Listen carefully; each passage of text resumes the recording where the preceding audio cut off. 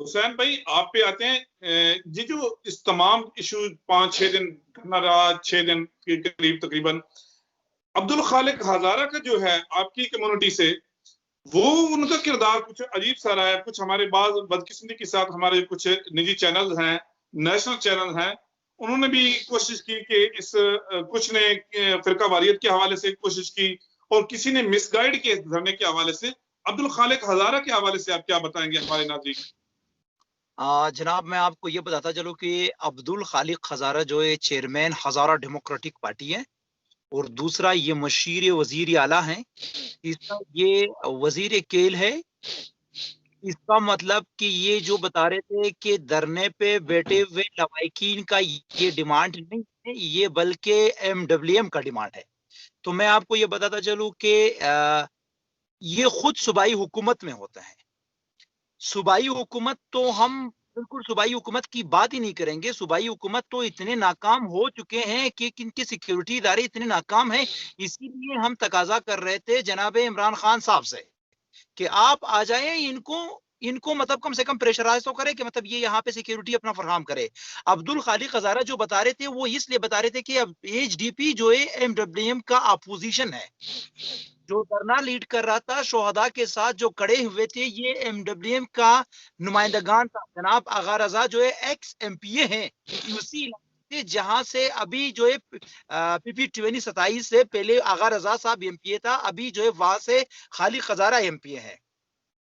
تو خالق ہزارہ اور آغا رضا یہ دونوں ایک دوسرے کا اینٹی ہے، ایک دوسرے کا اپوزیشن ہے. لیکن سوال حسین بھائی، جو ہمارے باقی کچھ دوست ہیں، میڈیا کے بھی دوست ہیں، کوئی ویسے جو لوگ اٹھا رہے ہیں جن کے بارے میں یہ عبدالخالق اور خاص طور پہ یہ دھرنے کے حوالے سے یہ کہا جا رہا تھا، ایک طرف جو ہے وہ یعنی یہ بھی اطلاعات آئی ہیں کہ جو اتحادی حلقے مرکز میں بھی اور گلگت بلتستان الیکشن میں بھی MWM جو ہے یہاں پہ آ کے اپنی سیاست کر رہی ہے. عبدالخالق ہزارہ صاحب کو رات کو میں سنا تھا، وہ تو یہاں تک بھی گئے کہ جو آغا رضا ہیں MWM کے نمائندے، ان کا نیب میں کیس ہے، اپنے نیب کے کیس کو ختم کروانے کے لیے یہ سارا کوئی سیاست کر رہے ہیں. جو لواحقین ہیں اصل ان کا کیا موقف تھا، وہ کس کے ساتھ تھے؟ لوائقین جو ہے بالکل یہ دھرنا جو تھا جو شروع ہوا تھا، یہ دھرنا بالکل عوامی دھرنا تھا. یہ جو عبدالخالق ہزارہ بتا رہے تھے کہ یہ دھرنا بالکل MWM کا یہ 100% غلط ہے. دھرنا جو ہے بے شک کہ MWM ان میں ملے ہوئے تھے، کیونکہ MWM کی آواز سے پورا پاکستان میں لوگ کڑے ہوئے تھے، اہلیان تشیع پورا پاکستان میں کڑے ہوئے تھے. تو دھرنے میں سارے بیٹھے ہوئے شہداء کے لوائقین تھا. چارے یہ ڈیمانڈز ہے جو کر رکھا تھا، یہ شہداء کے لوائقین تھا. عبدالخالق ہزارہ تو کوشش اس کا یہی تھا کہ یہ دھرنا جلد سے جلد ختم ہو جائے. عبدالخالق ہزارہ تو یہی بتا رہے تھے کہ بابا آپ نے دھرنا ختم کرنا ہے. آپ کسی بھی صورت میں عبدالخالق ہزارہ کا یہی کوشش تھا کہ دھرنا ختم ہو جائے تاکہ ہمارا صوبائی حکومت نہ گر جائے. لوگ تو یہی بتا رہے تھے کہ صوبائی حکومت مرد ابا، صوبائی حکومت تو بالکل ختم ہو چکے ہیں، اگر ختم نہیں ہوئے تو آپ سیکیورٹی دینا ہمیں. خالق ہزارہ کا تو کوشش ہمیشہ یہی رہی حکومت میں وہ تو نہیں سوچ رہے تھے کہ مطلب اگر اس طرح سے دھرنا رہے گا تو ہمارا حکومت وقت گر جائے گا نا. لوگوں کو کوشش یہی تھا کہ حکومت گر جائے. حکومت بالکل ناکام ہوا ہے کیونکہ حکومت سیکیورٹی فراہم نہیں کرتا ہے. یہ میں آپ کو بتاؤں. دوسرا آپ نے بڑا خوبصورت جملہ کا چھیڑا کہ ہزارہ کیوں ٹارگیٹ ہو رہا ہے. اس کو یہ میں آپ کے لیے کلیئر کروا دوں. ہزارہ تو آپ مجھے جدھر بھی آپ دیکھیں گے دور سے آپ مجھے پہچانیں گے، یہ ہے ہزارہ. ہزارہ چاہے کئی بھی ہے، پاکستان میں جتنے بھی ہزارہ ہیں وہ ہے شیعہ. صحیح ہے. مطلب ابھی ہمارا یہاں ہے، جو ہمارا توری بھائی ہمارے یہاں ہے، جو بنگش ہے وہ سرحد پہ یہ اہل تشیع ہے. اس کا فیس جو ہے وہ دور سے پہچان نہیں کیا جاتا. ہزارہ کو وہ دور سے پہچان کیا جاتا ہے کہ یہ بندہ ہزارہ ہے، بس یہ شیعہ ہے. یہ اسی وجہ سے چھوٹی چھوٹی آنکھ اور چھوٹی ناک دور سے پہچان جاتا ہے اور دور سے اسے ٹارگیٹ کیا جاتا ہے. اگر آپ کو یہ کہوں کہ پرنس روڈ ہمارا مین جگہ ہے، وہاں پہ سارے ہزارے کا دکان تھا، کوئی بھی نہیں بچے، کیونکہ ان کو مینشن کر کے کہ ہزارہ کا دکان ہے وہیں پہ بم پھینکتے تھے. اسی طرح اسپنی روڈ پہ ہم سے کم سے 47 سے زیادہ واقعہ صرف ایک ہی روڈ پہ ہوا ہے. یہ روڈ واقعہ ہے ہزارہ ٹاؤن سے علمدار روڈ کے درمیان. ہمارا 5 کلومیٹر کے درمیان میں 6 FC کا چیک پوسٹ ہے. 6 FC کا چیک پوسٹ کے باوجود 47 سم پہ واقعات آئی ہے ایک ہی روڈ پہ. ایک روز میں 4 مرتبہ بھی اس پہ واقعات آیا ہے. جو بھی ہزارہ کا گاڑی میں بھی ہزارہ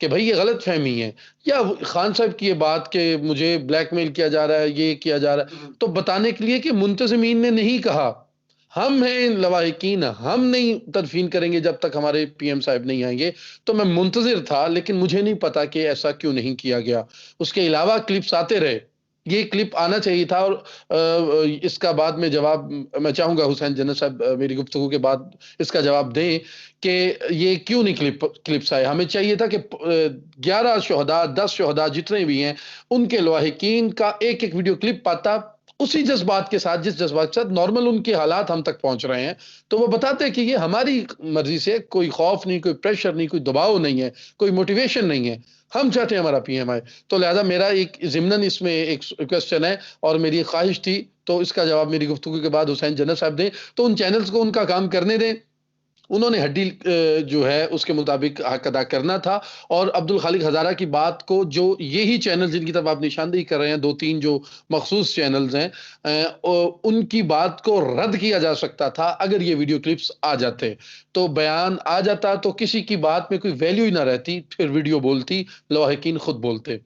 اگلی آپ کی بات کہ خان کے صاحب حوالے سے جو اپوزیشن میں تھے 2013 سے پہلے کیا تھے اور 2020 یا 18 کے بعد کیا 18 ہوئے، کے بعد کیا 2012 سے پہلے کیا جملے تھے. 2012 میں 13 میں جب وہ بلوچستان آئے ہیں، ہزارہ آئے ہیں، تو ان کا مشہور جملہ ہے کہ اس دہشت گردی کا ذمہ دار آصف زرداری ہے، وہ بلوچستان کیوں نہیں آیا.